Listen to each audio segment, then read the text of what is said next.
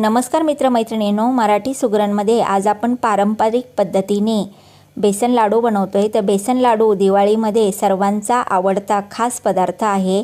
बनवायला थोडासा अवघड आहे, परंतु व्यवस्थित जर बनवला तर छान बनतो। तर पहा, एक लाडू फोडून दाखवलाय, किती रवाळ बनलाय। आणि हे लाडू पहा, बिलकुल रेललेले नाही आहेत, वाकडे तिकडे पण नाही झालेले, खाताना टाळ्याला पण चिटकत नाही। तर बेसन लाडू बनवण्याकरता मी 2 वाट्या घरचंच बेसन घेतले। साधारणतः 250 ग्रॅम बेसन आहे, 200 ग्रॅम साखर आणि 100 ग्रॅम साजूक तूप घेतले। तूप आपलं घट्ट आहे। 4-5 विलायची सोलून घेतल्यात या वाटीमध्ये। तर बेसन लाडूसाठी इतके कमी जिन्नस लागतात। आता आपण ही जी साखर आहे मिक्सरच्या भांड्यात घालूया। यामध्ये सोलून घेतलेली विलायची घालून याची बारीक पावडर बनवून घेऊया। तर पहा, आपण आता पिठी साखर बनवून घेतलेली आहे, हिला बाजूला ठेवूया। आता आपण पॅन गरम आहे, गॅस लो टू मीडियम आहे। यामध्ये मी पाऊण वाटी तूप घातले। तूप गरम झाल्यावर यामध्ये हे 250 ग्रॅम बेसन घातले। आता आपल्याला बेसन भाजण्याची खास मेहनत घ्यायची। बेसन लाडूमध्ये महत्त्वाचं म्हणजे बेसन व्यवस्थित भाजलं तरच लाडू चवदार बनतात। तर लो टू मीडियम गॅसवर सुरुवातीचे 5 मिनिट मी बेसन भाजून घेतले।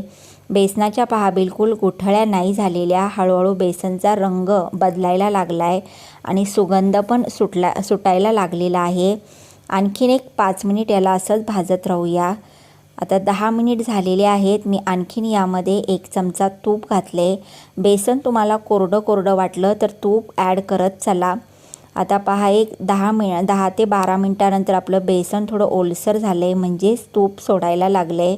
आता 15 मिनिट झालेत। बेसन छान खरपूस लाल रंगावर भाजले।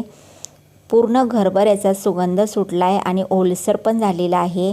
आता मी पॅन खाली काढून घेतलाय। पॅन गरम असल्यामुळं बेसन 1-2 मिनिट हलवीत राहूया, म्हणजे करपणार नाही।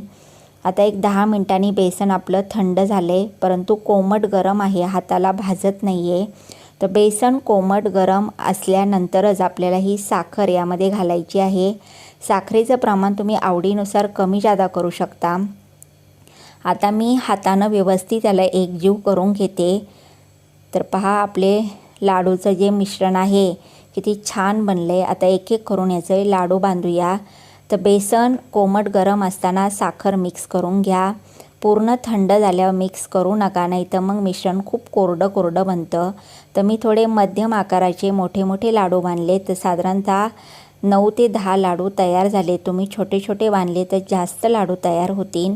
आणि लाडूचं स्ट्रक्चर पहा, किती गोल गरगरीत बनलेत। यामध्ये आपण लाडूची टेस्ट अबाधित राहावी म्हणून